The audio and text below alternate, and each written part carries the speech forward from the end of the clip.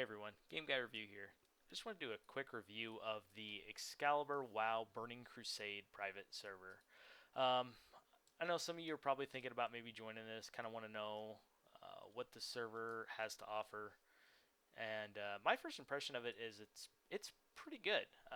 There's some positives, there's some negatives. I think the positives outweigh the negatives. It's a 1x, 2x server, so basically you can choose between those two rates. It's basically like leveling with rested experience the whole time, so it just kind of takes off that grindy edge. Mobs tend to work pretty well. The scripting's really good for a private server.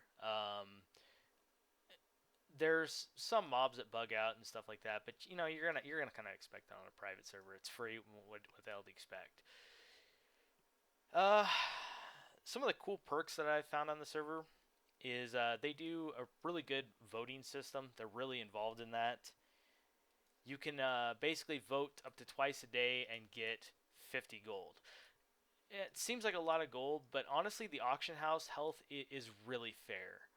If you find stuff like I know some of the other ones that I played on, the problem was is if you get wool cloth and you throw it on the auction house, you can't sell it. So when you're leveling, you're just absolutely miserable unless you physically buy gold. Here you don't have to buy gold. It's really easy to sell stuff, but nothing's you know too unfair priced on the auction house. I'd say the auction house health is really good.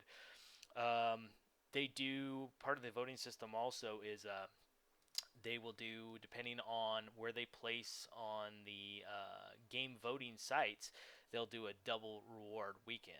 Basically, what you get out of the double reward weekend is it'll boost you up to 4x exp, so it just makes it quite a bit quicker to level, but you still kind of have to level, which means people still do dungeons and stuff, which is really positive. I actually hadn't ran a Dead Mines in God knows how long and stuff, and I was just out in Westfall and ended up getting right into a group, so that was pretty cool. Um, Once you get to Outland, it's really good. The scripting's great. The latency's great. I mean, as you can see right now, I'm sitting at 167 latency. I'm West Coast America, so it's pretty good. As far as some of the other ones I've played have just been absolutely terrible. This one's really good latency wise. Um, there's the loot reserved. I know I was playing on a different server, which I'm gonna plan on doing a review on that one too, because I was kind of screwing around on that one also, and it was terrible. Like every run in like if you went to Kara was reserve, reserve, reserve, reserve. Everything was reserved. I mean, you could go into a Gruul's lair and automatically know that the crappy Rogan Greens that started the pug had reserved Dragonspine trophies and his tier 4 shoulders, and the mage's tier 4 shoulders for his buddy. So it's like, what's the point in going? That does kind of happen here, but typically if it does, it's mostly because it's a guild run. Typically the people don't put up with that type of crap here. If you try to reserve loot, you're not going to do too well. Nobody's going to join your run. It's it's been kind of picking up, but it's still like I said. I mean, win lose. It's not too bad, I guess. Um, it's an alliance and horde merge server, and basically what that means is you're not merged into guilds, but if you're out questing and you come across a horde, you can just invite him to a group and go kill the mob with him, and you're in the same party, no problem. As soon as you leave that group, though, you're flagged for PvP. So in other words, PvP does exist on the server. One thing about PvP though is they are pretty strict about camping. From your perspective, it's either a good or a bad thing. I mean, PvP is fun. World PvP is fun. If you really enjoy it, this may not be the server because their rules are you can't kill someone more than I think it's like 6 times in like a certain amount of time frame period. It's kind of flexible, but just know if you sit there and camp somebody all day long, you're probably going to get reported and you're probably going to get banned for it. They take it pretty serious. The thing with that though is it also is nice because if you've played on the private servers, you know one of the biggest problems is the flight masters being killed in like wetlands or Hellfire Peninsula is horrible. They literally just sit there and do nothing but kill lobies outside of the inn and stuff. I mean, it's horrible. And I'm not saying that doesn't happen here, but I've only seen it like one time, and it usually doesn't happen very often. I actually don't have a whole lot of problems getting ganked, with the exception of Sunwell Isle when I was out there. Yeah, Isle of Quildanos is pretty bad. There's a lot of PvP that goes on out there. Um, Talked about the scripting. Scripting is great. There's bugged mobs, yeah, but not as bad as some of the other servers. I mean, there's a few bug quests I came across, but I would say 90 to 95% of everything functions like it should, or near like it should. A couple of the talents don't work right, but they also have a really active development team that does work really hard to fix those. So a lot of times when there's bugs, if you report them, they actually do give you a little, hey, thanks for helping out, and they at least attempt to fix it if they can. The Sunwell works, Black Temple works, everything works up with the exception of, I think, Illidan. Illidan doesn't work for some reason. I still haven't found out entirely why, but I mean, it kind of sucks. But there are guilds that have Sunwell on farm, so that's always a positive thing. If you're really looking to get into something where you can kind of go get in with a good group of people and fly through some content and down some stuff. If you're good, there are some guilds that have stuff on farms, and as far as I've seen, that they're always recruited. I don't have the time to do that, so I haven't actually tried to run those, but everything seems to work pretty well as far as I can tell. I know I've seen people kill Jaden, so you get a level 70 gift as another perk. So as soon as you hit level 70, you can basically pick any item in the game. It can be a helm off of Kel'Thas, but you only get one, and it can't be a weapon or any type of a legendary. I think is the only restriction. So no weapons, no shields, no legendaries, but it could be basically anything you want. So that's, yeah, kind of a cool perk, I guess. It gives you basically a free epic that helps you at least a little bit when you first hit 70. Um, Getting to touch on the auction house health, it's good. I have no problem selling stuff. I have no problem making money. I think within the first week, I really dedicated a lot of time to flying. Once I hit 70, I get my epic flying. I got that, so money's pretty easy to make.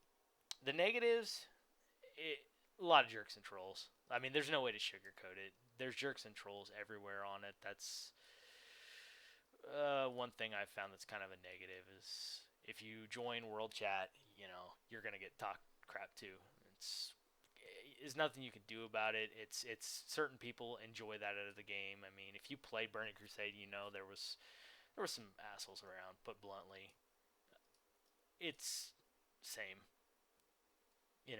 It's way worse though. But if you can put that aside, it's not too bad. The rebuyers are starting to get a little bad.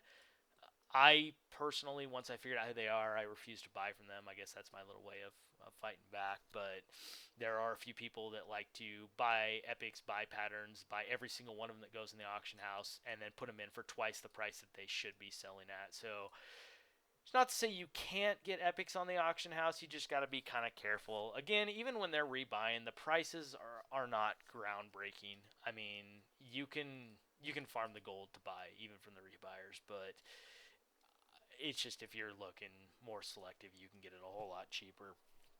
It is an old server. It is what it is. The biggest problem with the old servers and a lot of the private servers that I found is requirements to run normals is tier 6.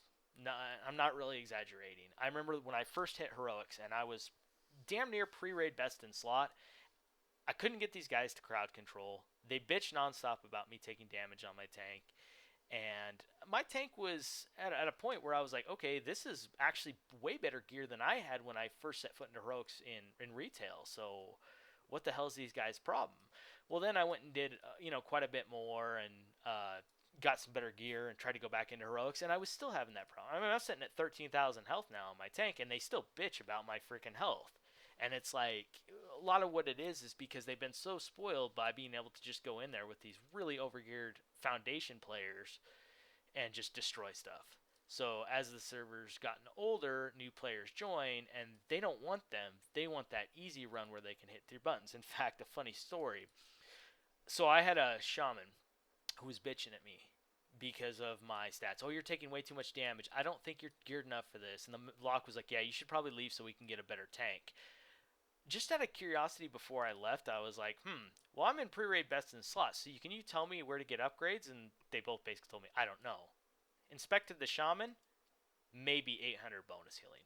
This guy was in really bad gear, greens and PvP gear, and if you remember the blue PvP sets, most of those pieces gave like 29 bonus healing. They were just terrible freaking pieces. So what it was he was 200 geared to keep me up, didn't have the stats of the mana pool, and then that made it my fault that I wasn't a good enough tank. I've gone in and had the opposite thing on my healer where the DPS is just absolutely retarded. The tank can't hold aggro. But, you know, it is what it is. Like I said, I mean, I'm pretty patient, but even I have my moments where I'm like, all right, you're bad.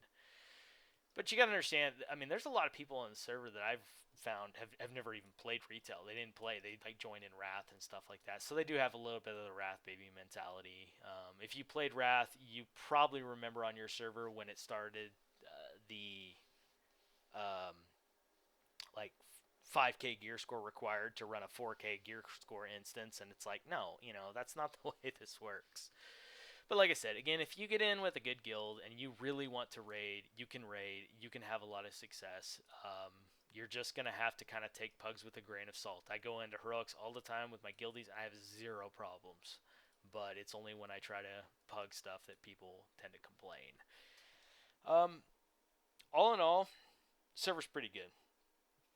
If you're wanting to try one out, I would definitely recommend it. As far as I can tell until Corecraft, when and if it ever gets released, it's one of the best servers out there. Um, I think you'll have fun on it. You'll enjoy it, and hopefully, I get to see you guys soon. So take it easy.